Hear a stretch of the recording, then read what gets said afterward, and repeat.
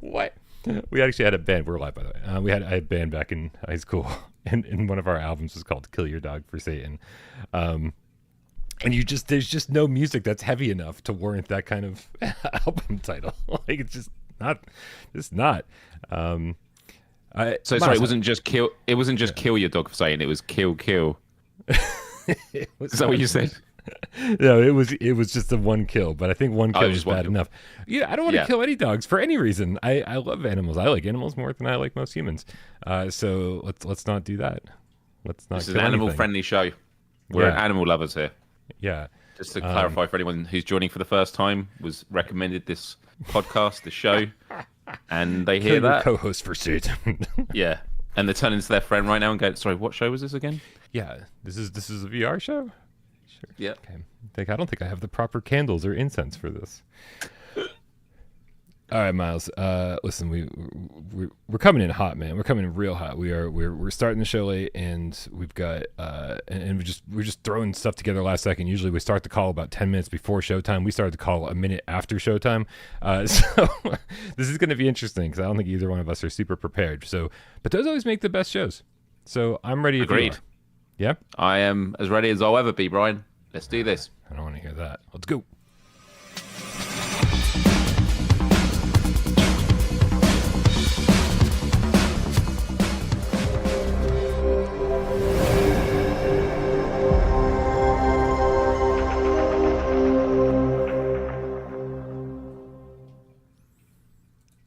This is PSVR GamesCast Live. We film live every single Monday, Wednesday, and 2 Eyes Friday right here on YouTube. We do it live 6 p.m. Eastern for your viewing pleasure, but we also care about your oral pleasure.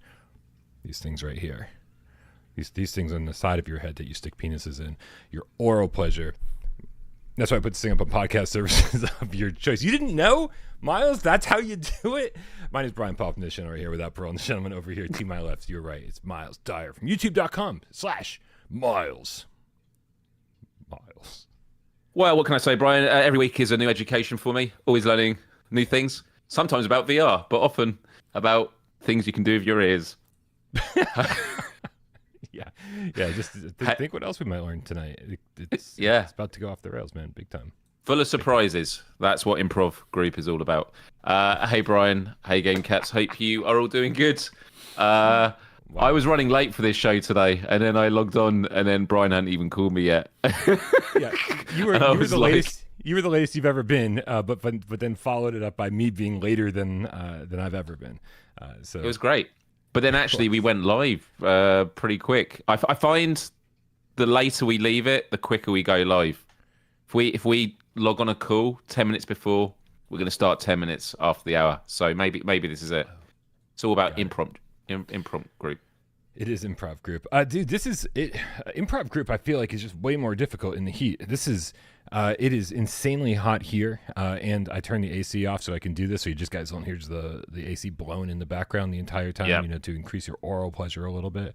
And I know you guys are having a little bit of a hot wave over there, heat wave as well, right, Myles? Yep, it is. It feels like summer. I actually got my aircon unit out, and just so that those that don't know, in the UK, aircon like built in at the homes is not a thing in the UK. It's in shopping centres and restaurants, but in homes, aircon isn't a thing. We're in serious trouble over here. Like we need proper aircon. But I bought this like aircon unit from the floor from Amazon. Has the pipe that you throw out the window, and then I got this there's this like fabric zip that you put round your window. So when you open the window open, you put the pipe out, as in the aircon pipe, just in case anyone's thinking of anything else of what else you throw out the window. Yeah. And then you zip it. So what it does is the hot air gets pumped out, and it doesn't allow much hot air to come back in. It's not as good as having a professional aircon unit, but it's a lot cheaper, and it'll do for now. But like you, I have turned it off because people don't want to hear the sound of a jet engine. Right, which is why today's show will be 7 minutes long. Thank you guys so much. We appreciate everyone who supports the channel financially, whether it's over here on patreon.com/thatprogames. Yeah, I feel gross. But what are you going to do, man? What are you going to do? We actually have a lot to talk about. So hopefully our conversation can distract us and everybody hanging out and trying not to think about the heat. So I guess we should stop talking about the heat. Get some ice cream, nice cold drink, all that sort of stuff. It'll do you well. Yeah, ice cream is good for this weather. Ice cream, you scream, we all scream. We all scream. You like ice cream because it probably reminds you of Halloween. Is that true? What's the connection there? Screaming. Oh, screaming reminds me of Halloween. Yeah. That's why I like ice cream, because ice cream reminds me of screaming. Yeah. No? Okay. It's a bit of a stretch. My brain doesn't work on that many levels. It's unlike me to have really, really wild, long, stretched ideas, but yeah. Yeah. Hi, chat. Yeah, what's going on, you guys? It's actually a pretty exciting day for VR. Thankfully, because it's been a little bit of a rough week otherwise in PSVR2 land. So thankfully, we've got some good stuff going on here. And I say, man, I think maybe we kick it off. I think we kick this off with some news about Of Lies in Rain. This, if anybody doesn't remember this. This is looking like the actual indie Half-Life Alyx. That's sort of what the developers are going for, and the people who have played it said, yeah, that's a pretty accurate assessment of the game. We've heard this statement before, and it did not pan out very well, so we're a little bit cautious. But the fact is it looks like a good game, and people who have already played the demo say it's a good demo. It sounds like we're getting the demo here on PSVR2, and the developers are talking about the PSVR2 port over on... I think it was Twitter. So let me bring up. Nope, that's not the thing I want to copy and paste. Let me bring up the conversation that was being had. And I just want to preface this by saying I'm really, really happy when developers are transparent about things that, like, maybe they're not super familiar with, and they're asking questions. We saw this with Dark Curry and Undead Citadel. They did their Reddit AMA, and we're saying, hey, what are you guys looking for in your VR game?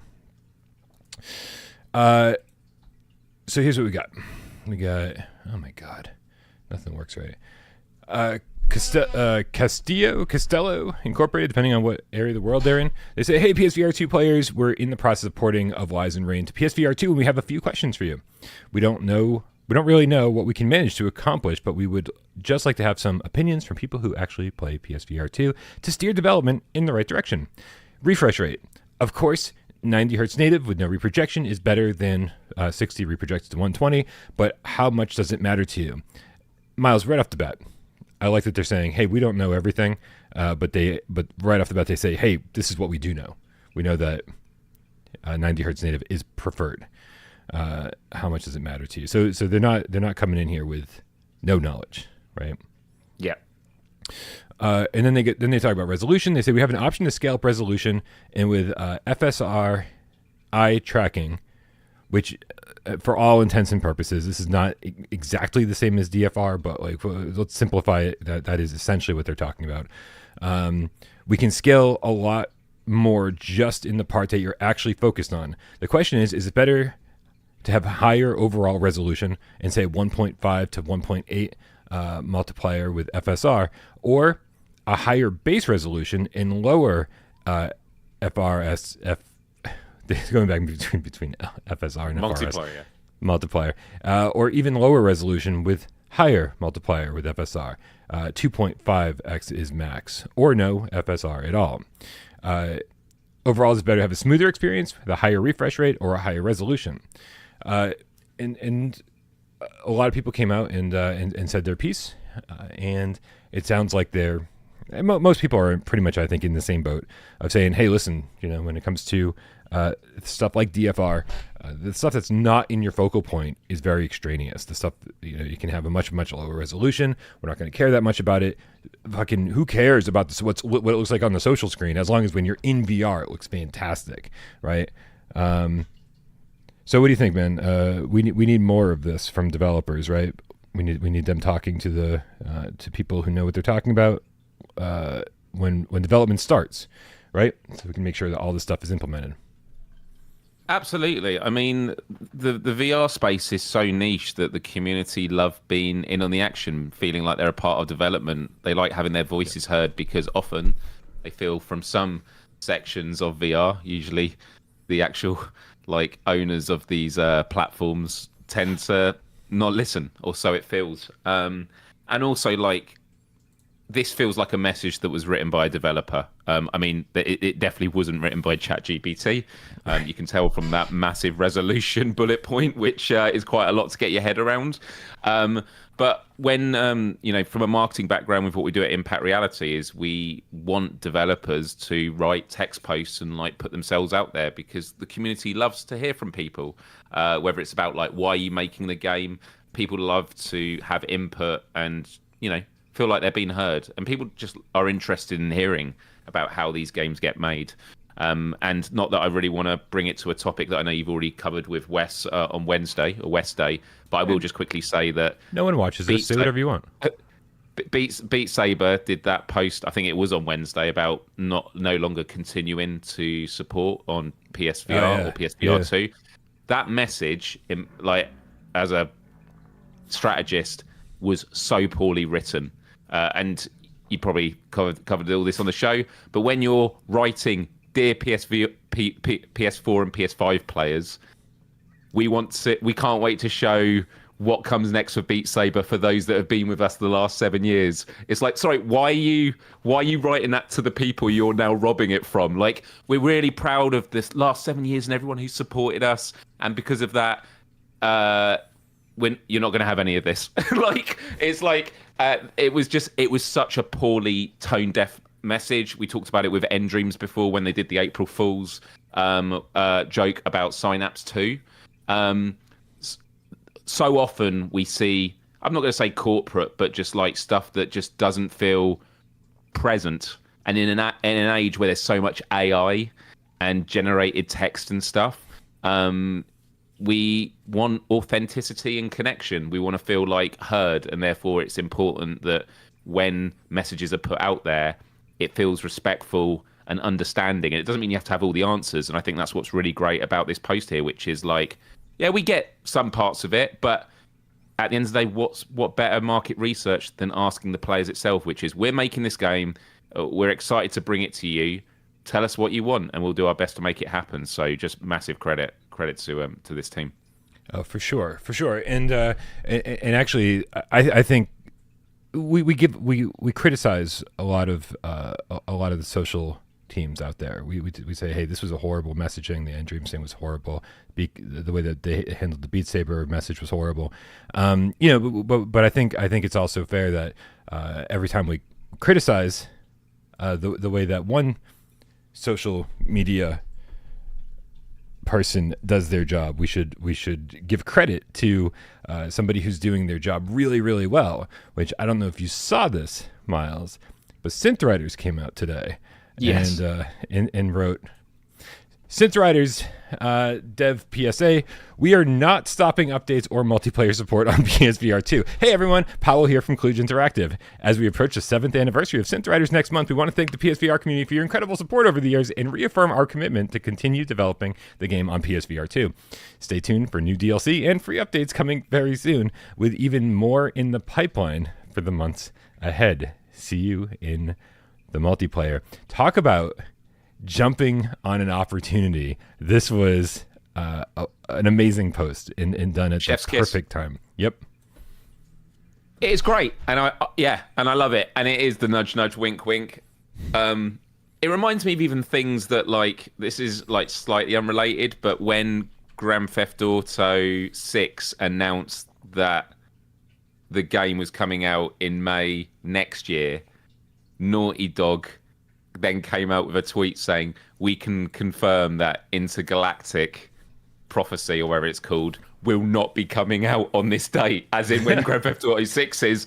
And that sort of playfulness, because again, it goes back to like social media, like when these kind of jokes are made and you're reading it, you're like, you kind of get a sense of, you can see the team smiling as they're doing this, go, we should so do this. And like, and that's it. It feels real. It feels present. And, you know, we even talk about it where at Impact Reality, like we could post everything from Flat to VR Studios and Impact Reality accounts. and we will keep doing it, but it's more important that the people that work there post on their own accounts. And it's why, like, without Parole, like, you do have without Parole socials, but posting from your personal ones are important because people connect. They do connect with brands, but they connect to individuals. And again, it goes back to that thing of this age of AI. And so, what VRiders did here was just absolutely beautiful. And, you know, we were thinking our own on our side of things to do. But the fact that it was Parole as well who came out, and it's the 7-year, like, absolute perfection. So massive love to them. Dude, and I just, from a personal standpoint, I just love Powell so much. Powell Gaja from formerly from Carbon Studio. If you guys want to see like the most adorable interview ever, it's me talking to Powell back when I was interviewing about the Wizards, I think, over on PSVR1, and it was just great, man. It was great. I think he was my first developer interview ever. And so it was like two people very nervous to talk to each other, who just had but a very good time. He's such a genuine person. So I'm sure he's not watching, but I hope he's doing well. Hey, Myles, speaking of rhythm games, I'm going to bounce around here in the run of show. You and I, the reason I think both of us were running so late is because we were both playing a lot of Maestro before. Oh, you too? Was that what you were doing beforehand? Fair. That's what I was doing. I didn't even see you had messaged me once, and I didn't even see it because I was in VR the whole time. That's right. So let us know in the comments. So let us know in the chat.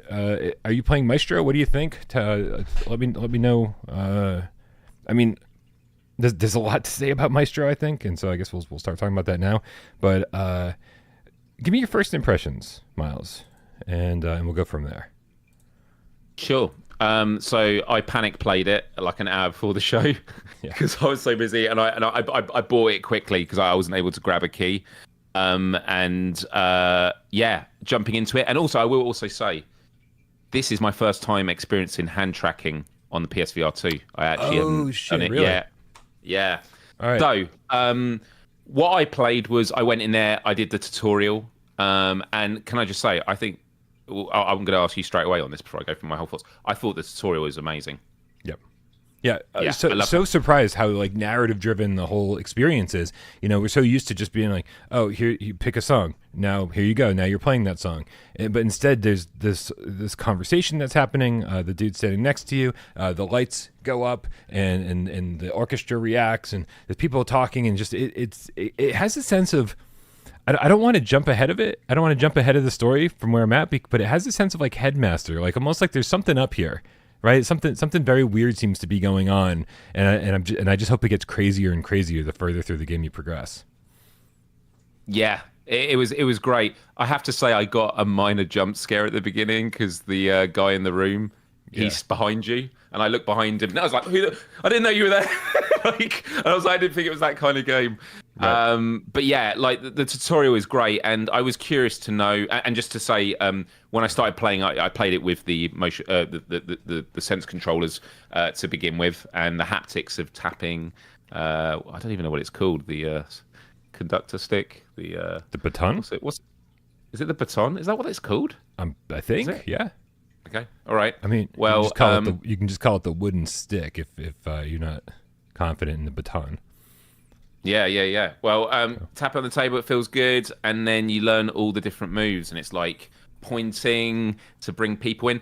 I'm one of those people as well who I understand that conductors do. I'm not one of these people going, oh, why do conductors do that? Are they necessary? I know they're necessary, but it's a language I've never understood. It just looks like, oh yeah, I could go up there and have some fun and do this, and yeah, come up, yeah. Yep. But obviously what they do is very important, and there will be conductors, like all sort of games, like you play guitar and you're like, I really feel like a guitarist. And then an actual guitarist will go, no, this feels nothing like guitar. But playing this, I was like, I feel like I'm conducting an orchestra. This is amazing. Yeah. And I love all the mechanics. I'm curious to know how it's going to progress. Towards the end of the tutorial, I then put the sense controllers down to do hand tracking. And hand tracking's great. I am not sure what I prefer. Interestingly enough, I think I need to hold like a pen or something to feel it, because like holding the baton but not actually in real life felt a bit weird. but then obviously the hand movements with your left hand, that felt a lot better, like making the volume come up, go down, pointing at people. That was all really, really great. But yeah, I mean, I'm really excited to play this. I know lots of people that've played it on Quest and they've said it's an amazing game.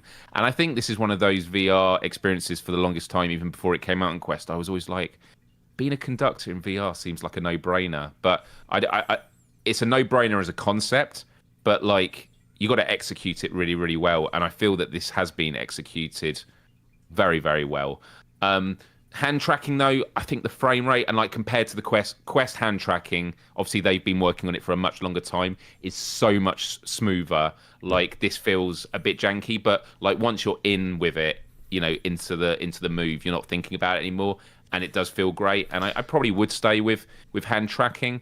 I played one full song after the tutorial. Okay. And I don't know if it was a complete coincidence, but I do love that like at the end you would turn around to the audience. And I swear I pointed to the orchestra, and then they stood up with me. So nice. They did, and then I took a bow, and they didn't bow. So that would have been a cool thing if you take a bow and then they do. Like, but when I don't know if it was a coincidence. Obviously, I'll try it again. But if it is this thing that you can like do that and make them stand up as you turn around, like to an audience, I mean that is so cool. Like you genuinely feel like you're on a stage and you're conducting. So yeah, I was actually really impressed with this, and I'm really looking forward to playing more and obviously seeing where the game goes. All right, so a bunch of things, and mostly involving the chat. I definitely want to know from the chat: have you tried this with hand tracking? How seamless was your experience? Because I mean, I've got so many things to tackle here. We've already tackled a lot of topics. So first of all, Dewani in the chat says the story is over once the tutorial's over, which is a real shame because I thought the voice acting was good. I felt like they were going into some weird places, being like introduced, like something seemed off, and so I was like, oh man, I bet the story is going to be really cool. But I guess that's it. I guess we've seen the story, and so that's a little bit of a bummer. I'm sorry to hear that. I will say though, and Nihilist Ryan, by the way, says it seems a bit on the easy side. Does it get difficult later on? This is the easy mode. Right? Not only are these early songs, this is the easy mode on the early songs. I haven't even ventured out and played the medium or hard difficulties. And there's a lot going on. I'm still learning. Everything you're seeing right here is me learning how to still, like, they're introducing new mechanics. You know, you raise your hand when you're supposed to, you lower your hand, you point, you're doing this, and then use your offhand for accent. I don't even know all the proper terminology, but it's very interesting. They make you use. I thought you were just gonna be using one hand or something. I thought it was gonna be really easy, but yeah, they're introducing a lot of different things to do. And I'll tell you, Myles, it creates a different sensation than playing something like Drums Rock or Smash Drums or Beat Saber. It feels powerful in a sense. It feels like you are conducting these people, and the way that you're doing it just feels so rewarding right from the get-go that this is quickly becoming one of my favorite rhythm games, and I'm only just really getting started with it.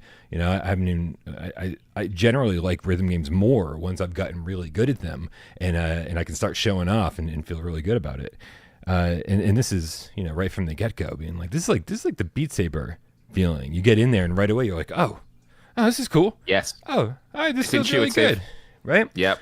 And so I'm loving this already. However, I hadn't tried the hand tracking until today, and then today I did the hand tracking, and was like, I thought it just seemed a little not too janky because I'm performing these songs and things seem to be going pretty well.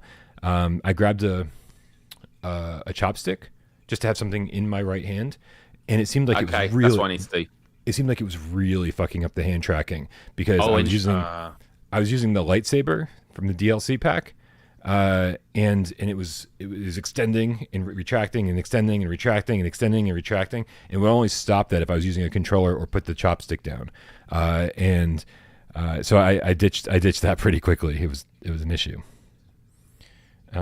What you said about it feeling powerful is so true, because there are games, especially in rhythm games, there are the ones that work are the ones that you feel like you're driving it, like you're playing it, you're actually playing it, and there are others where you feel like I'm playing along to it. where I could get it wrong or not, but I'm just playing along. This is one where you feel like you are driving it, and I think it comes back to that thing of like the games that really succeed. It's the power fantasy, and power fantasy or like could be stuff like the Doom games of like just crushing demons, but it can also be like being a conductor. It just means like the fantasy of taking a role and owning it, and this totally gets it. But yeah, I found that when I was using hand tracking, there was times where I was making mistakes that I didn't feel I was making, and it was just like the frame rate looked like it was it just felt a bit choppy. And again, as I was just like focusing less on my hands and more of the area, it kind of worked. And as I said, I liked doing that as opposed to with the controller, like, you know, to make it go louder, like doing the actual hand movements was cool.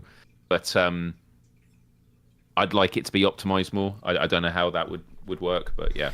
Yeah, it seems like the frame rate on everything is a little bit off with the hand tracking and the I mean, there's a lot of characters in the orchestra, and so the fact that they've got them all there and they're all animating is pretty cool. But it does seem like they're all operating at a lower frame rate than they should be. They kind of look like what the Snowbreeze and looked resolution. Like on PSVR1 and resolution. They're a bit shimmery as well. Yeah. Looks like the chat is definitely chiming in. Pigaholic115 says, "I will say for someone who is in high school marching band, it's about as realistic motion-wise as it gets." That's really good to hear. Dewani says, "I have every track on easy at 5 stars. Played hard once and failed within 30 seconds." All right, so there's gonna be some difficulty coming up. That's really good to hear. I'm still going through the chat here. People are asking about the royalty-free aspect of it. So I jumped into a random song that was like not classical. Like I accidentally jumped into it and it was way above, like I hadn't learned everything I needed to learn. I hadn't finished the tutorial. And it was like it was like some hip hop song. And I was like, wait, what is this whole game not just classical?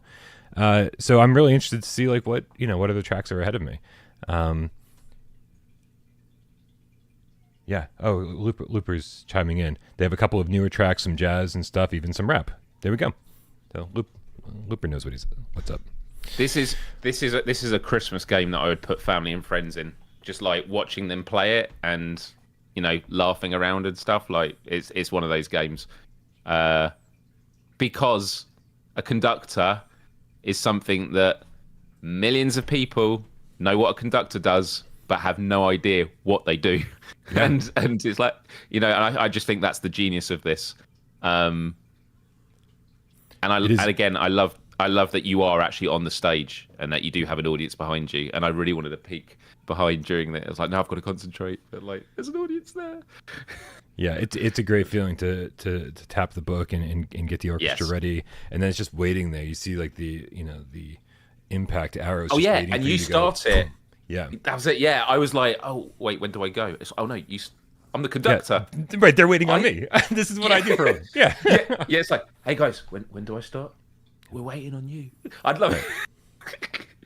Yeah, no, it's like little things like that are absolutely perfect. Yeah, and then and then you hear the clapping of the audience as you finish, and you're like, oh, and you turn around, and there they all are, standing ovation, and you get your rating, and then you bow, and they go crazy. It's great. It's great. It's a great feeling. I'd like a little bit more polish. Although, this is why I asked the chat what they thought about the hand tracking, because Algonio says that he's playing with a chopstick and it's working fine. So, so I don't know. I haven't had the best luck with hand tracking so far. You guys probably remember, like, throughout the course of Without Parole, I've had the best luck almost ever, right? Like, I tend to get hit with fewer bugs than most people. In PSVR1 era, I had like less light tracking problems than most people, and so like I've been firing on all cylinders, just being like, this is perfect, everything works well for me.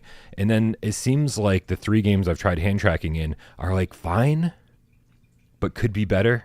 Masters of Light like just wasn't registering every attack that I was sending, and there were definitely a couple times during this that it just stopped registering my hand. It didn't see my hand when I was doing the lift or the lower, and like my hand literally disappeared, and then I failed that action. I was like, fuck, well, what? So maybe I just need some better lighting around here for the hand tracking stuff. But I will. What type of chopstick are you using? you using like an authentic wooden chopstick, or are you using like the PlayStation Sense chopstick, or I'm using a disposable one from a sushi delivery I got. But is it wooden or is it plastic? Wooden.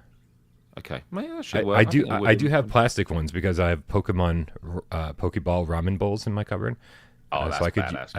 I know. So I could use nicer What? ones. Who in the chat said theirs work? What kind? Could you just let us know what chopstick you have, please, and then I'll just so I know what chopsticks. Right. Maybe you need to do a tutorial on this game, Brian, and have a whole section in the video. Chopstick choice. Fifth with the Australian $2 tip says if you mess up, does the orchestra sound different? Yes. It does do something, right? What is it? It's like or something. But I don't know if it's just kind of adding just random weird noises. It doesn't feel like consequential of like that particular area messing up. But yeah. Right. It's I will say it feels more impactful than when you miss a drum in Smash Drums, right? Where you still hear the drum on time and you're like, wait, yes. Is that what? Yeah. I still think that's the drummer in this scared the shit out of me. In the first song he played, he was not playing the drums as it was played, and he looked. It scared me. Algunio says a wooden one. Wooden chopstick. Okay, so you are on the right path. Oh man, yeah. Yeah, this is gonna be fun. I'm already really excited about jumping back in. I'd sort of grown tired of rhythm games. I wasn't finding one that really appealed to me for quite a while. Beat Saber shutting down, and then I don't know. I never feel like going back to Synth Riders. Pistol Whip is probably as close as it gets to a rhythm game that I really still love. I desperately want Audica. I think this is the right time for Audica to come to PSVR 2 and dominate, because that game's fantastic. All right, man. Well, Maestro is pretty good, man. What do we know what the retail price on this is? Did you buy the DLC pack? I bought the regular one for £19.99, which is like even though that would be around $25, it usually matches number wise, so it'd be $19.99. But correct me, GameCats. Yeah, chat will let us know, I'm sure. But yeah, definitely. I'm liking this. It's doing something different. I'm having a good time with it. So this feels like a should we so far. And I'll experiment with my lighting and see if I can get the hand tracking to be even more precise than it is. But it does feel good, man. I generally don't like hand tracking all that much, even when it's like working flawlessly. I thought that the Waltz of the Wizards, I thought Waltz of the Wizards was maybe the best implementation we've seen so far. And it takes a long time to learn like what hand motions they actually want you to do, and here's how you make a little bow and arrow appear. It's a lot to take in, but it was cool, even if it felt gimmicky. That was the one that felt like it worked the best so far. And so when this came along, I was like, I'm probably not going to use hand tracking. And then today, once I put the controllers down, interestingly, it says activate hand tracking and then put the controllers away. And I'm like, there's no option to activate hand tracking. You literally just put the controllers down, and after about 5 seconds, you see your hands. Yeah. I was like, this is not going to be the way I want to play this game. And then after a while, I was like, this is definitely the way I want to play this game. This is everything. So this is the first time I've actually enjoyed hand tracking, I would say, and will choose to play this way for the remainder of my time in Maestro. What else we got, man? What else we want to talk about here? Ooh, dude. Okay, so I fucking hate the PlayStation Store so much, but there's a game coming out next week that I think we need to talk about.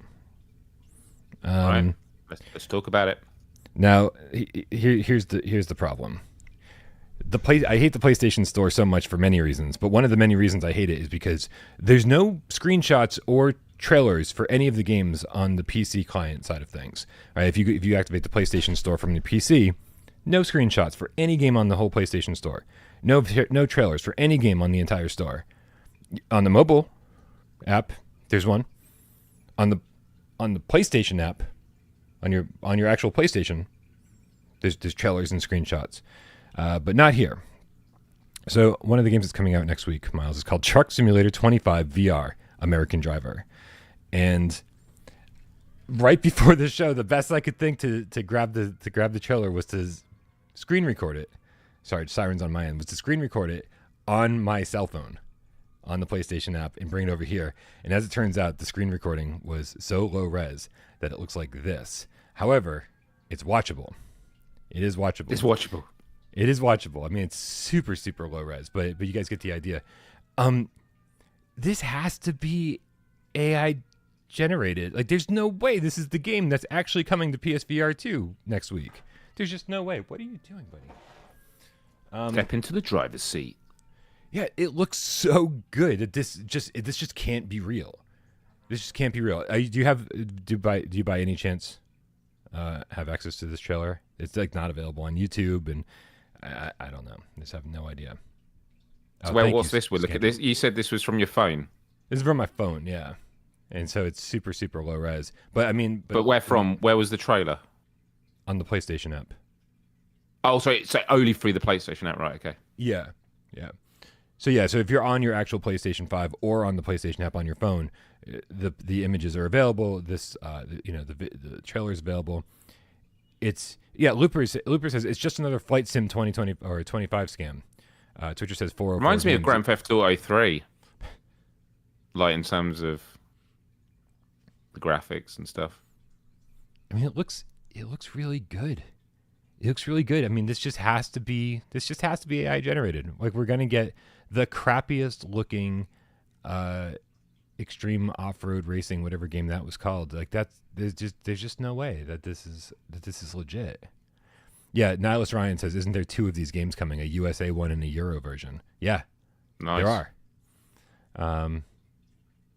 Yeah, Twitcher says do well on my live stream. Yeah, Twitcher says that should have been a question. 404 games ? The answer is no. It's not. It's not 404 games. It is. What's their new name? Yeah, Testa Game. Oh, sorry, Testa Gamer Creations. All one word.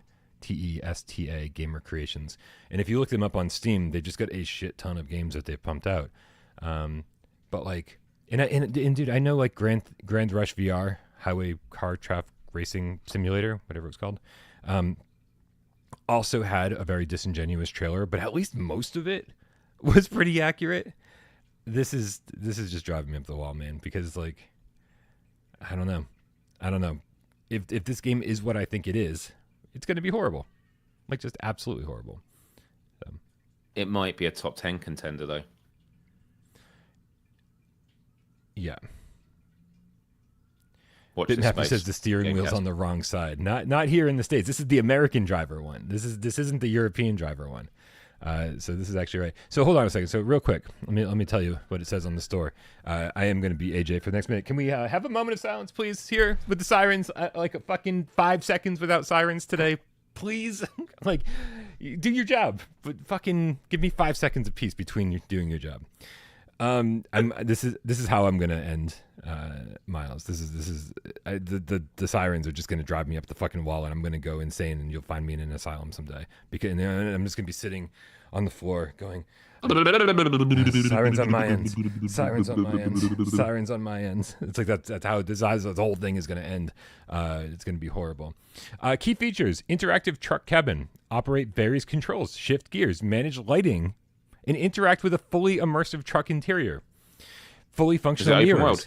Keep an eye on traffic, execute precise maneuvers, and safely change lanes with a realistic mirror system. Like the mirrors work. Truck customization. Modify the appearance of your truck with different colors, accessories, and design elements to make it uniquely yours.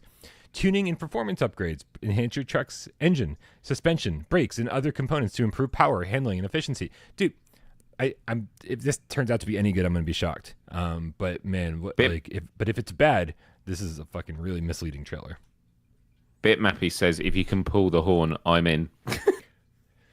That was one of the best things in Fisherman's Tale, was when you're on the boat and you... that was wicked. You're right. That was one of the best things of Fisherman's Tale. It was so good, man. I love that moment. Anyway, I don't want to spend any more time on this, man. Like, we're giving far too much attention to a game that could end up being complete and total shovelware. But still want to take a look whenever possible. So want to keep an eye on these things. You never know when we might get a little hidden gem. When something Has it got steering wheel support? Here, let me check. I don't think. Does it ever say that? Probably just in the description. Mate, you're right. It probably does though. Probably has full force integration. And customize your truck to create the perfect vehicle for long haul journeys. Anyway, let's see. What does it say? DualShock. Wait a minute. It says DualShock 4 vibration, and then it has all these PSVR2 things listed too. So maybe. Oh, okay. So it has a PS4. This could be the perfect podcast game. It has games to. It has it's coming out to PS4 and PS5, but it's only VR on PS5. That's even more interesting. All right. Game Cats, just call it now. On a scale of 1 to 10, 1 being absolute shovelware, or 10 like Game of the Year contender. Being Gran Turismo 7. Yeah. What do we think? I'm gonna say.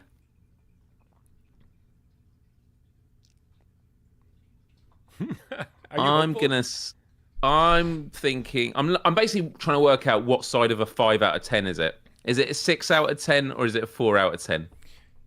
Dude, I think it's going to be a 1. Okay. Wow.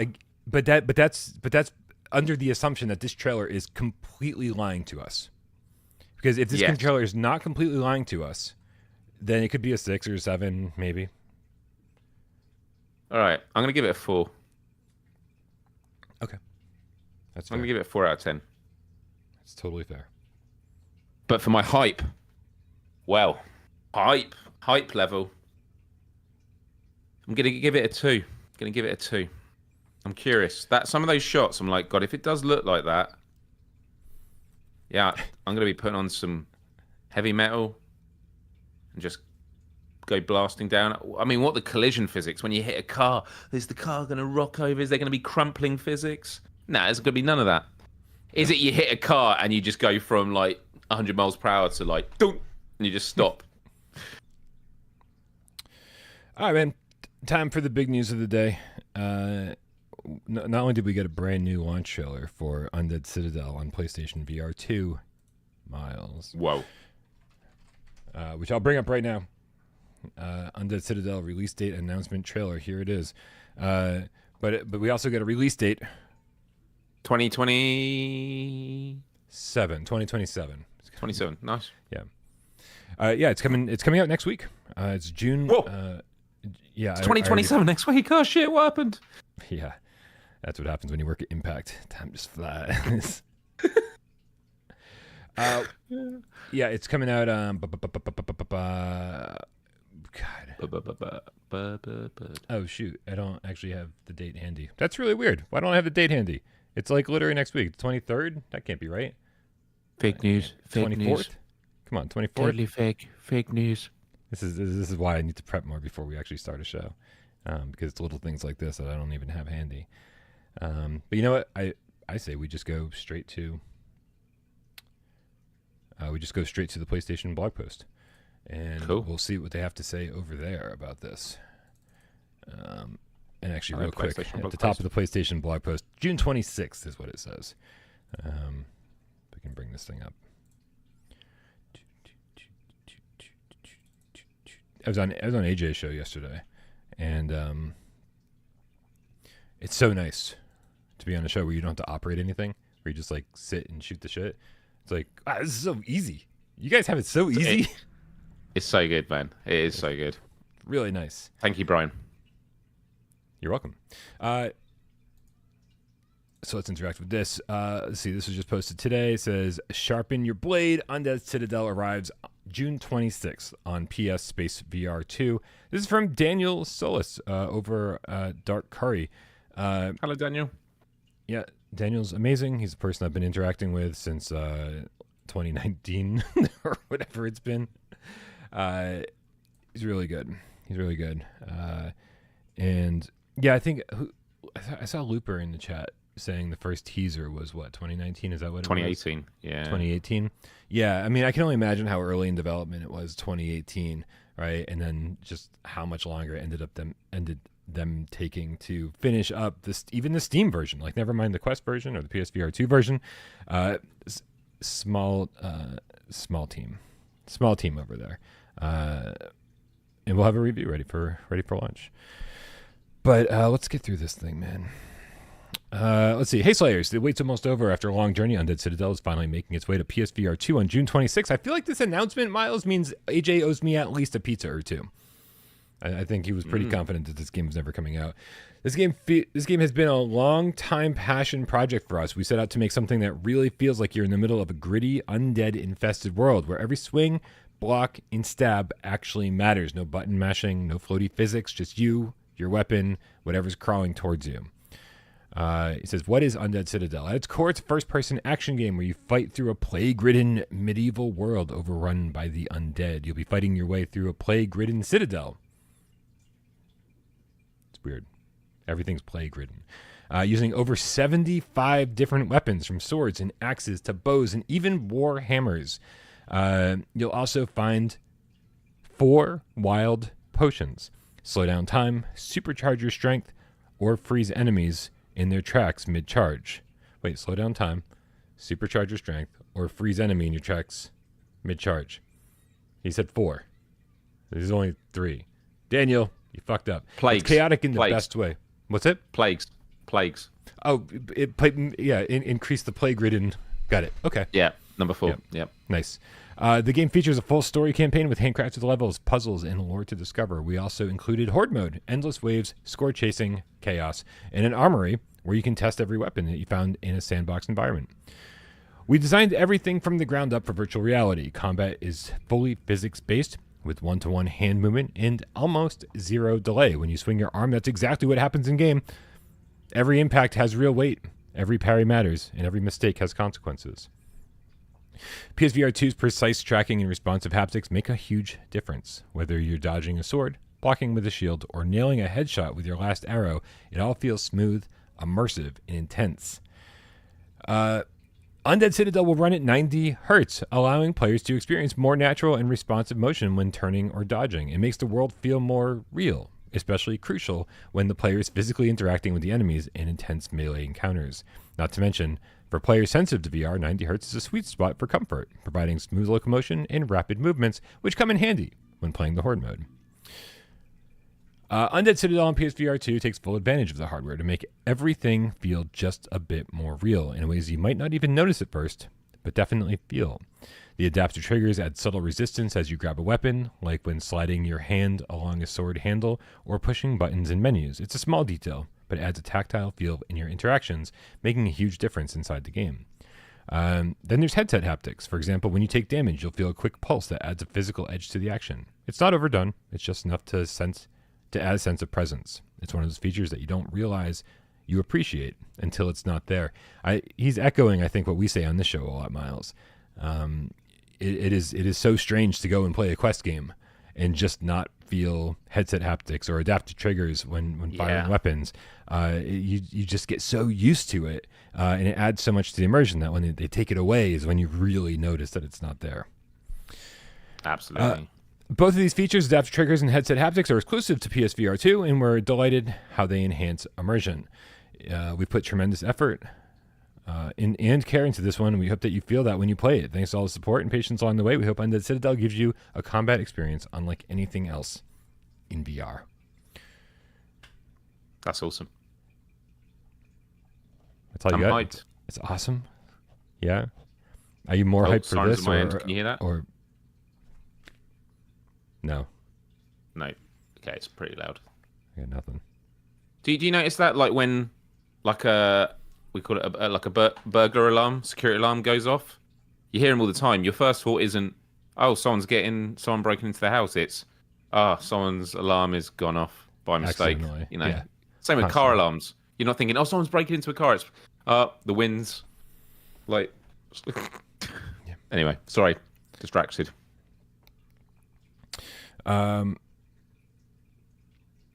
Yeah, let's check in with the chat real quick here.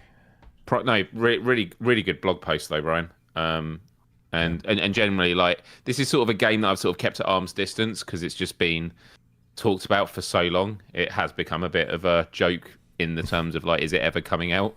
Not talking about the game itself, but the game has always looked awesome, and yeah, I'm excited to jump into it. Nice.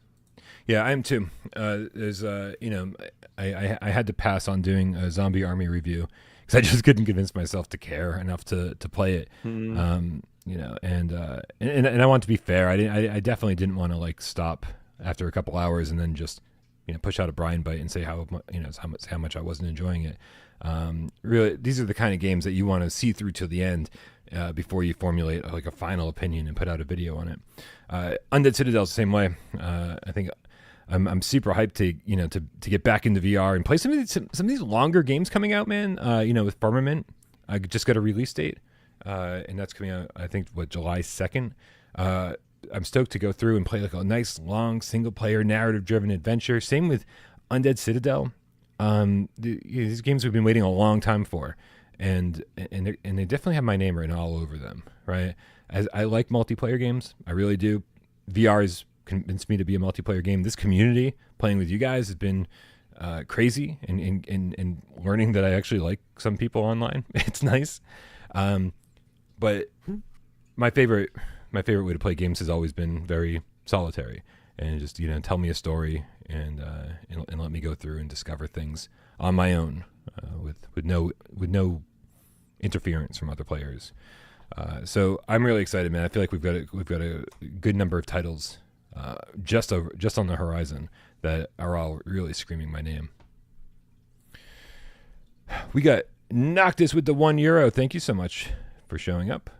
It is not daily, showly euro. Showly. Shows up once a show with a euro. Thank you. The Game Cat Andrew Ehrenreich with the $5 says, a feature Maestro needs. When you do poorly, the audience throws tomatoes at you, which you feel with headset haptics. Total immersion. They do throw tomatoes at the end of the performance. If you suck. Oh, do they? At awesome. one point, I said I jumped into a song that that was further down the road, and I hadn't learned the basic mechanics, and I was like, "Oh, can you fail?" Yeah. Like, does it always? Yeah. Okay. Yeah. So I just let it run out. I just stopped conducting and just waited for everything to fall apart, and the song stops, and they boo you, and they throw tomatoes and all that. And so that's how I learned that. And then I was like, I got to go back and finish the tutorial apparently, because there's still stuff I haven't learned. But yeah, it would be nice if the tomatoes hit you in the head with headset haptics. Grandpa's Barbecue or Game Cat with the level 1 membership says, Myles, do a Terminator Hasta La Vista impersonation. Wow, that was a pretty good one, Brian. That's a pretty good one. What are you talking about? That was just my regular voice. Hasta La Vista. Lao. Get down now. Now. Put the cookie down. Brian Paul. Now. Anyway. I don't know. Is that what he says in Terminator? No, it didn't know. No, it didn't. No. I always thought Arnie should have been in a zombie movie. Like, has he not been a zombie in a zombie movie yet? Because, like, I can imagine, like, when he first wakes up in the morning, he just sound like a zombie, like, I mean, that'd be wicked. I would watch that. AJ over at PSVR Underground with the $5 tip says, I totally called Undead Citadel coming out. Y'all didn't believe me. Mm-hmm. Fake news, Myles. Fake news. Okay. Listen, it is hot. It is boiling. It's toasty here. It feels like summer. Yeah. If you feel like this show wasn't long enough, go check out AJ's show yesterday on the Underground, where we went through every single game in the sale. It was crazy. It was like 90 something games in the mid-year sale, and we went through every single one and said whether you should pick them up or not based on the price. It was 2 hours and 40 minutes long. So if you need some more GamesCast in your life, go check it out.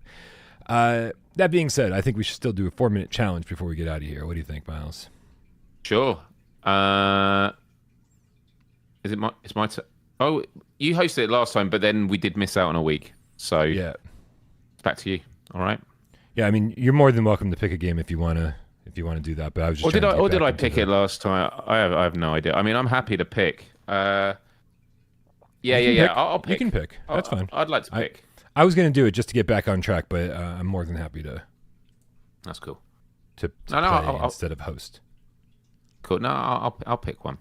Let me think.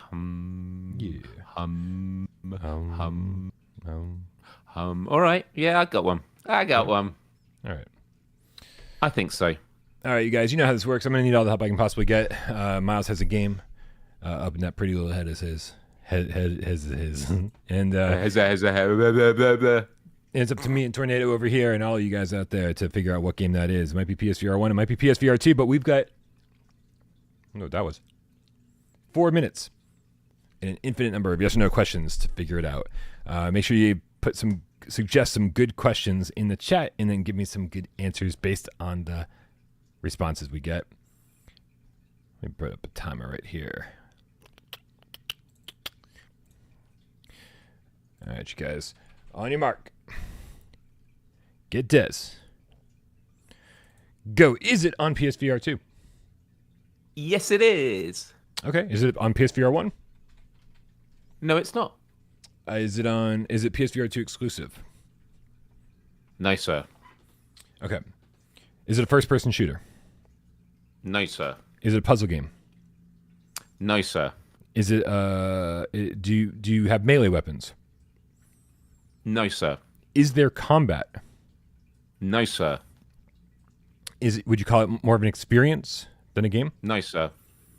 Narrative driven? No, sir. Okay, guys, we have no idea what this is.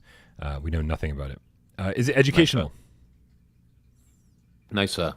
All right, it's not the climate game. Did we mention it today on today's show? No, sir. Okay, sorry. Is it sports? Yes, sir. Oh, well, that narrows it down. Do you have paddles? No, sir. Do you have rackets? Yes, sir. Did I review this game last night at like 9 p.m.? No, sir. Was that what? I didn't hear your answer. No, sir. No, I didn't review this yesterday. Okay. So it's not badminton time. All right. Yes, as in yes. No, sir. All right. I feel like you're fucking with me, and simultaneously your connection is like absolute dog shit right now. So like I have no idea what's happening. Can you hear me now? Yeah, but your face isn't matching what you're saying. Let me quickly do this. Yeah. Has that fixed it? Jesus Christ. Is it tennis? Is the sport you're playing tennis? Yes. Okay. Is it developed by the same people who made Badminton Time? Is it tennis on court? It is, Brian. Oh my God. Wonderful. Tennis on court. Here you go. It's so funny, man. I said some bad things about tennis on court. I've been saying nothing but bad things about tennis on court for the last 2 years since it came out. And it's funny because I saw one person, our good friend Kusman or Kusman, I don't know how to pronounce that, but if you're ever on Reddit, you know who he is. He was like, I don't understand why people don't like this game. He's like, me and my friends, we play this all the time. We've got 40 hours in it. It's never been uninstalled from my PSVR 2. So according to him, it sounds like everything's been fixed. And then every other comment was, God, I fucking hate tennis on court. Tennis on court's garbage. The challenges are all broken, and some of the bugs are still there. And so I don't know who to believe anymore, Myles. I don't know who to believe.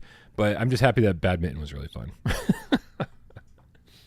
Yeah, I'm excited to jump into that, especially after your comments on it on the previous show and with the review. We'll have to jump in together sometime. Yeah, for sure. And I really do hope that tennis on court is fixed because it's just fun. It's such a natural sport for VR, right? You're not doing a whole lot. And the serving in it felt great. It was just that it felt not fully fleshed out. The sort of like the loading screens, like, yeah, cool, you're backstage, but it was just like, why are we doing this? Why are we looking at you know, stuff from the crowd and why are the crowds so creepy? um, like they would have. I understand they went for realism, but like you kind of feel like it would have been better off having it as a court down a local park, you know, so it's not faking, so it doesn't feel so ghoulish. It's like, yeah, we're playing tennis at a park, and then it's all down to the mechanics. But yeah, I need to jump back into it again. Yeah, for sure. We need to test this out because the worst thing, you know, the worst thing about covering PSVR2 for a living is that you don't have time. You have to play everything to some degree, and so you almost never have time to go back and actually, you know, see if the things that you needed fixed in games have been fixed, and if we can stop trashing it and say, hey, this is actually worth picking up now. They've dropped the price, and if things have been fixed, then that's great. So a couple things. First, Looper the Underground Game Cat in the chat says, first time it's ever been picked, and the winning streak continues. 2 in a row so far. All right. Excellent. And then Golu in the chat says, but Kusman is great. And still, I don't know if it's Kusman or Kussman. I'm going to go with Kussman. I go Kussman. All right, we'll go with Kussman. Yeah. And I agree. Kussman's awesome. Like, Kussman plays everything. and if you're ever looking for some first impressions, like the second the game comes out, you guarantee there's a post on Reddit talking, and it's him telling us about his first impressions. Like, damn, it's good. It's good. He's very speedy. Maybe I should just convert without parole into Reddit posts, and because man, fucking editing videos is so fucking time consuming. It slows everything down. If I didn't have to edit, we'd be putting out 5 videos a day. All right, man. It's warm. You doing okay over there, man, Miles? We didn't really get caught up. You doing all right? No, I'm doing good. It's just been busy. It's just been really, really busy. No, I mean honestly, Brian and AJ were just like, is Miles about? Is he all right? And then I just had the gif of the thumbs up going into the water. The reality is it has just been an insane few weeks. It's like, I'm not gonna lie, it's been really, really tough, but like amazing things are happening, and it just, sometimes you go through periods where you've really got to stride for it, and yeah. It is what it is, but I genuinely miss live streaming PSVR2 games. I was going to do it last weekend because last Friday I was going to have the day off, and I ended up working it, so it didn't come. But I am actually going on vacation in a couple of weeks. Oh yeah. So yeah. I'm going to France. Where? With my parents. They've got some friends that live in a village, like honestly, like middle of nowhere. When I say that, the nearest shop is like a 30-minute drive away, which for me, that is like the middle of nowhere. Yeah. That might be just a drive down the road for Americans, but yeah, but it should be good. Looking forward to it. So it'll be a nice breakaway. But they got good internet, so I'll have my laptop with me. I'll be here for Without Parole still. But before I go, I'm planning on definitely doing some PSVR2 live streams, including Maestro, dude. I mean, what an awesome game to live stream, right? Yeah, for sure. And have you? I know that when we got back from PAX, and even the last week or two, you'd been mentioning that you want to get back to streaming. Have you gotten back to streaming? Have you started at all, dude, or is this I mean, this probably isn't going to be a fun game. I was going to say, guess the last PSVR2 game I live streamed, but it could be anything. It was a game that I live streamed at launch. I remember. Wait, I remember because we had a conversation about it. It was the Flight Simulator 25 VR, right? No, that was before one of PAX. the American trips. No, okay. No, that was before GDC. The last one I played was when I got back from GDC, and it was Wanderer. Wow. Yeah, which was a long time ago. Miles, what happens on your channel when you don't post for a month? I still do my Wednesday show. Oh, okay.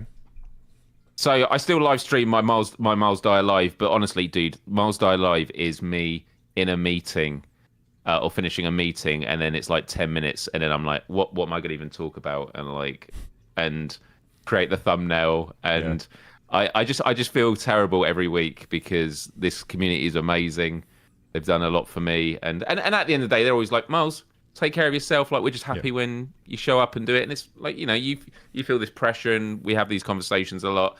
But I like literally at the moment, I've been working here, going to bed, waking up, coming back to the desk, and not doing much else. And so I am going to be making changes, but it's just been a very busy time. We're dealing with a lot of launches.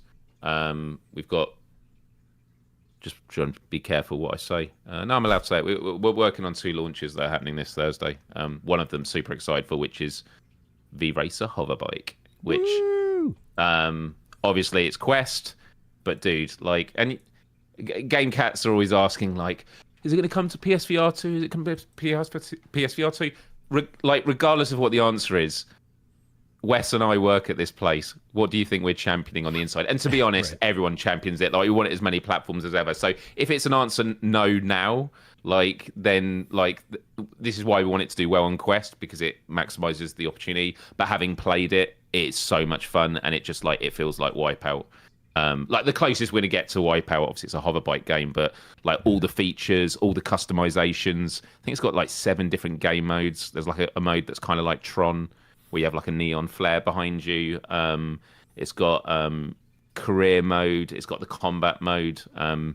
It's a lot of fun, and you turn by like leaning on the bike. But we are getting VRider, aren't we? SBK coming to PSVR2. Do we have a date for that? VRider SBK, I don't think they've announced the release date, but they did show, they have that comparison video between showing the Quest 3 versus the PSVR2 version, which I thought was a great video, dude. I think that, like, it's so, you're in such a unique position when you're able to make a comparison video showing off 2 versions of your game, and you go, oh, both of these look good, right? Yeah, like the video is meant to say, look at the realistic shadows and how we don't have to just have, like, you know, generic sprites for trees in the stadium, but that's what the video was meant to show. But I looked at both and was like, both of these look really fucking good. So I think I thought that was a great video, because not only did it showcase like some stuff that's happening on PSVR 2, but it didn't have to downplay their current version. They didn't have to say anything negative about their current game on Quest 3. It was just like, wow, you guys do good no matter what platform you're on. Congrats. Yeah. No, this is it. It's the rising tide lifts all boats, and not to bring it full circle to what we spoke earlier, it is the disappointing thing about what's happening with Beat Saber and Beat Games. The fact that they announce that June is the last day they're supporting, like, over halfway through June, suggests that it wasn't a decision that had been planned from the Beat Games social media community. That seems like, in my opinion, I genuinely have no idea, but I just assume it's Meta going, you know, we spend X resources on porting it to PSVR 2. And to be honest, I'm curious to know, like, maybe they had troubles, because do you remember there was, well, it took a while to come to PSVR 2, and then actually the PSVR 2, once it got launched, it was fine. There was a bit off with the hand tracking. You remember the controller wasn't quite the right angle, which they had to tweak. Mm-hmm. And then there was all the shenanigans with, like, the DLC packs, and I remember they charged me a shit ton for, basically, I'd already owned the Linkin Park first pack that I bought, and then I bought the Mike Shinoda pack, but it was the Mike Shinoda Linkin Park pack, which had the original Linkin Park pack and the Mike Shinoda. Oh. I bought that in game, and it turned out it was the Linkin Park tracks that I'd already owned, and I wasn't allowed a refund. But I think that's more of a Sony thing, maybe. But yeah. Yeah, maybe. Yeah, it was a little bit messy trying to get your track packs over to PSVR 2, but, you know, once you knew what to do, you know, you just go in, you do it again and again and again for each track, or for each pack. But yeah, I'm guessing that was probably Sony's end. Anyway, we got Fifth with the Australian $5 saying, Undead Citadel opinions on Monday or Wednesday show. I don't think so. I'll have to check the embargo details. That's you know, 100% all up to the embargo. We do what we're told. I do not speak before I'm spoken to, or before I'm told I can speak. So, but I am playing it. I'll tell you that, and I will have the second I'm able to post a review. I'm not going to let Undead Citadel get past me without Parole review. That is definitely going to happen. The second Embargo list. Same with Firmament. These are the two games that I'm big time focused on in terms of making sure that I hit, hit embargoes for. But I am also I want to. AJ's been so excited about escaping Wonderland. He's been saying such good things about it for the last couple of days that I'm like, all right, cool. I mean, I've played the first half hour or 40 minutes or whatever, and got some first impressions out on GAMESCAST earlier in the week. But man, I think I'm going to spend my night playing that game, and push out a review over the weekend.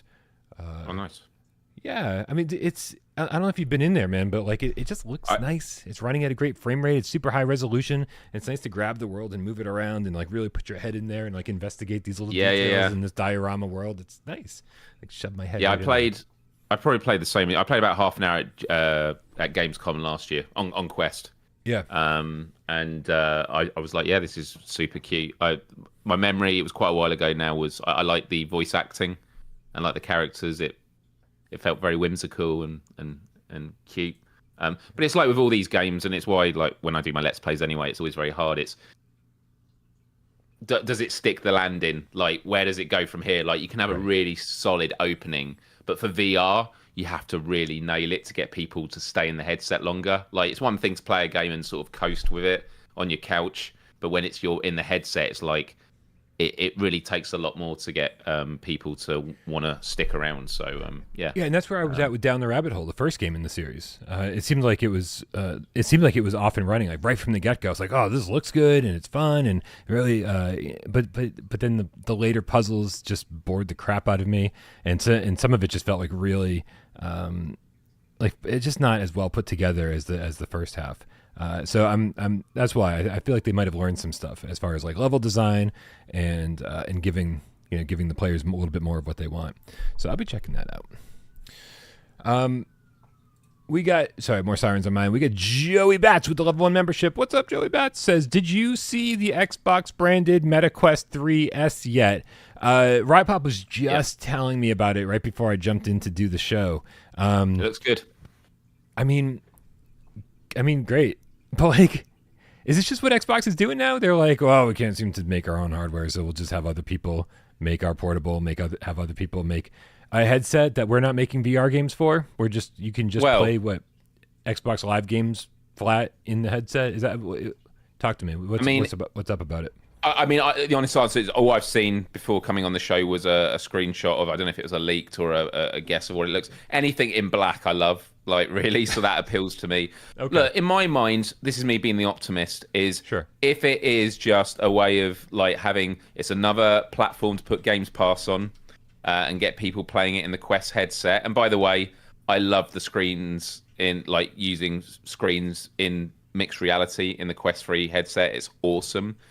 But then if that is a stepping stone for, okay, we've got an audience here, can we do a VR mode for Doom or Bethesda, any of your games? Can we bring, you've done Skyrim VR, can we bring it back for this? Oh, before we release it, we just want to do a new version of it. Like, I don't know, like it's a stretch, but it could be something. Like, I don't think it's a stretch at all. Yeah. Yeah. No. This is a stepping stone. I'm not, when I say a stretch, I just mean there's no guarantee with this, but it does make it more likely. So I welcome this. Yeah, I don't think it's a stretch at all. I think it's I think it's great that they have this relationship. As we knew, like Xbox you could already play Xbox games on Quest, like in the headset. So this is great. They have this great relationship, and honestly, I hope it does start extending to being like, Microsoft gave Camouflage the okay to do a Gears of War in VR, right? Now you're done with Batman, it's time to bring Halo or Gears or whatever, Forza, I don't know, into VR. It would be great if they've got this relationship and they move forward with it. It would really fucking light the fire under Sony's ass and say, hey, you already get the lead on this, right? You watch Xbox entering the VR market, and then Sony go, well, we already have a game, we already have a headset, with amazing capabilities, far exceeding the Quest 3. You know, great adaptive trigger support and headset haptics, and we've got this amazing relationship with Capcom, and the Resident Evil games are on here, and we've got Gran Turismo on here. Like they've already got what they need. They've got an amazing lead on Microsoft. You wonder if them seeing Microsoft get into the VR space would light the fire under their ass and go, let's stick with this. Let's show it a little bit more support. Well, and not only that, I think it's like when Apple came into the VR space, $3,500 for a headset. Most of us were like, never going to buy it. But for me, I still found it to be an important gesture because it means now people that are into Apple going, oh, Apple into the VR space, so VR must be taken seriously. $3,500. Well, what else is on the market? I think Quest probably benefited most because it was a tenth of the price. But then there are people like, I've got a PS5, I might get a PSVR2. I think if Xbox is moving in, the more of these big names that start getting involved in VR, it just means VR appears less niche or like alien. More people are like, okay, enough people are doing this now. Maybe it's worth giving a go. And it doesn't necessarily mean you're going to go towards that headset. It might be like, there'll be people that may be PlayStation players and going, wow, okay, at a time that all I'm hearing is PlayStation VR2 is dead and now Xbox is moving to the VR space. Well, is VR dead? Let me maybe look beyond the surface of what the internet is saying. And so, yeah, I think that two things. It does put pressure onto Sony of like, okay, your actual direct competitor now, Xbox, is moving to the VR space. But I also think they could see, well, there's a benefit here of, if this is going to be flaring up a story marketing-wise of like Xbox and VR, well, what can we do to counter that? And it's like, we have a library of VR console games. But yeah. Yeah. I mean, and there's so much, you know, we've talked about this so frequently. There's so much Sony could do with such low effort to say, hey, like, we are contenders in this space, and, you know, remind everybody what contenders they are. Just again, porting Farpoint over, porting Wipeout Omega Collection over, porting everybody's Golf VR over, whatever it is. They've got all these things at their fingertips. Such a low effort. In fact, like, you know, just like Resident Evil games, like, they don't even have to do anything. They could just pay another studio to port their own games for them over to PSVR2, right? Yo, VR Monkey, what's up? Like, go hit these studios up that are really, really talented at this. And again, the amount of money VR Monkey actually takes to port some of these games is minuscule. You've never heard numbers this small when it comes to VR game development. Like, never. Like, it's to the point where it'd be impossible for Sony to lose money on paying VR Monkey to port these games over. So I think they should do it. And I think VR Monkey would be a great team to do it. Anyway, I feel like we talk about this like every fucking episode, so no surprises there. But yeah, I'm interested to see what happens, Joey Bats, with the Xbox branded MetaQuest and see how that relationship evolves. Comic Book Guy with the 10 quid says, hey Al, a bit late. Sorry, I've been playing through the Midnight Walk. Pretty good game. But sadly, I don't know how to word this. I have lost some hearing, sadly. So protect your hearing, everyone. It's important you do. Wow. Yeah. I assume not from the game. Not from the game. I don't think the two statements are related, Miles. I think okay. I was playing to clarify that. Also. Right. Yeah. But I just want to say, firstly, really important, do protect your ears. I have, do you say tinnitus in America? I mean, yeah, I think so, but I don't know what it is off top. Because we say tinnitus. It's basically ringing in your ears. Like, we all get a bit of ringing. Tinnitus. It is ringing in your ears. We all have a bit of ringing in your ears when it's, you know, you're in a silent room and stuff. Yeah. I went to one live show and I kid you not, I had earplugs, but the metal sort of bits that absorb weren't in, and I didn't realise. And so I was at this really loud show, and even halfway through the show, the artist came out and went, I think the bass and the speakers are really loud. Should we turn it down? And I was like, yeah, they probably should. And everyone on the front row was like, nah, keep it up, yeah. Turn it up. And then, yeah. And one of them, I won't say what the artist is. I know one of them quite well, and he feels bad ever since because on social he saw that my ears had been fucked, and I went to a doctor's from it. But now like I have to when I go to sleep, I have rain music more on than I used to. When I do flotation tanks now, I used to do it in silence. I now have to have music all the way through. Ear protection is one of those things of like, it's like anything. As soon as it starts going away, you're like, I just wish I was a bit more careful. And I'm sorry to hear that, comic book guy. Yeah. So okay, so 2 things. One, Flippy Nuggets. This is so fucking perfect. He says, of course it's related. Did you have to listen to stuff closely in the Midnight Walk, right? The moments where you close your eyes and you listen. Oh yeah. So yeah, absolutely, it's totally related. Good shout, Flippy Nuggets. I don't know why I didn't put those 2 things together. But also, yeah, I just man. The game wasn't so loud it damaged his ears. He's saying the game made him realise that. It's not cause and effect. Right. Sorry. Yeah, that's what I meant. Right. That's what I meant. Flippy Nuggets. Of course, that's what I meant. Yeah, dude, like I've been in bands my whole life, and so and standing in a cramped garage with everyone's amps turned up as loud as you possibly can, so you can hear yourself over the drums that you're standing 5 feet away from. Listen, I wasn't smart enough when I was a kid to use ear protection, and even going to concerts my whole life, I wasn't smart enough to use ear protection. I'm so glad that I still have most of my hearing, and I'm sure it's not nearly as good as it used to be. But when we went to see what was the band's name we saw at PAX East? Can't remember. I can't either. If AJ's still in the chat, he'll remind us. Or anybody who's there with us in the chat will remind us. I forget you guys. Some of you guys were there. Dan, like Cerebral Frost Dan, it was like being like, oh, do you have ear whatever? And we're all, I was like, oh, this is so smart. The hell. It wasn't 8-bit. Bit Brigade. Thank you. I knew it was Bit something. Brigade. Yes. Bit Brigade. Yeah, putting the ear protection in. Ear protection? What's wrong with me today? It's for when you put penises in your ears and you need protection. Earplugs. Oh, always wear protection. I'm glad we got to. It's come full circle. Yeah. Yep. Full penis. All right. Yeah. That's probably a good place to end the show. Thank you, Myles, for being here. Remember, everybody, go subscribe to Myles over at youtube.com/Myles because he's going to be starting up those live streams again one of these years. And I can't wait to watch you play Madison. That's what I'm here for. Well, funnily enough, I am actually thinking of scheduling it in for Halloween. Just like, it's going to be here soon enough. Bro, I mean, that's perfect. That's perfect. Yeah, I mean, it's only 3 months away. 7, 8, 9, 4 months away. It's gonna be a long summer if I keep thinking October is only 2 months away. Yeah, that's perfect, man. Like everybody wants it, right? And so it would be the absolute perfect Halloween stream. I think so too. I just need to make sure that, I want to just make sure my health's good before I wreck. Like, generally at the moment, I just think it would put me over the edge. Yeah, that's fine.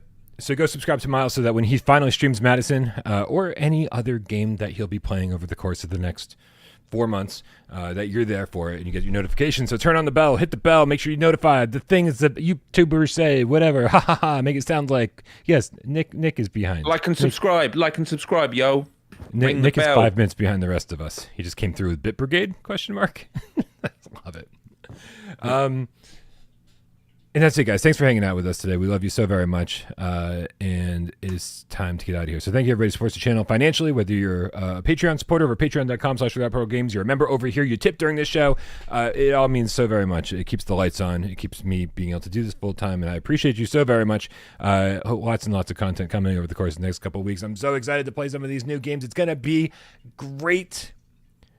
But we're just happy that you're here. Whether you're in the Discord, click the link in the description below, join our Discord, or you're hanging out here in the chat, keeping us company during the show, or you're sitting back watching the show and not saying a goddamn word.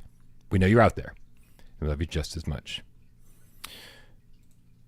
Here it is, Myles.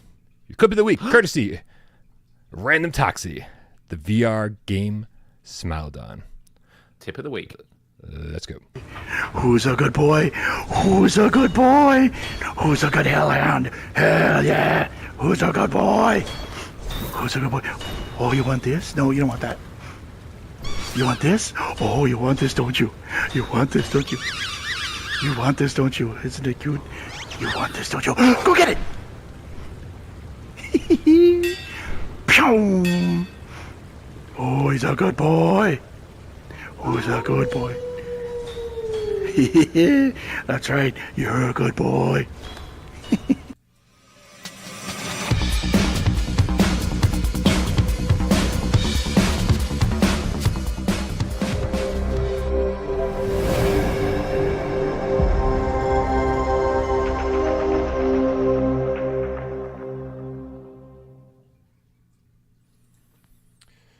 Myles, you ever learn something, and it's something that like No. Oh. like clearly everyone else already knew, or at least everyone else who should know it already knew, and you're like, I feel dumb for even admitting it, but it feels so good to learn it that you want to tell people. Do you have any idea what I'm talking about? No. What did you learn? I learned this week that My Chemical Romance turned down doing a song for the movie Twilight in order to do a Yo Gabba Gabba song. Wow.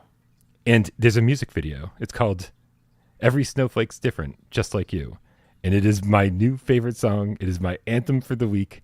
And it's so fucking upbeat and not MCR-like that it is just phenomenal.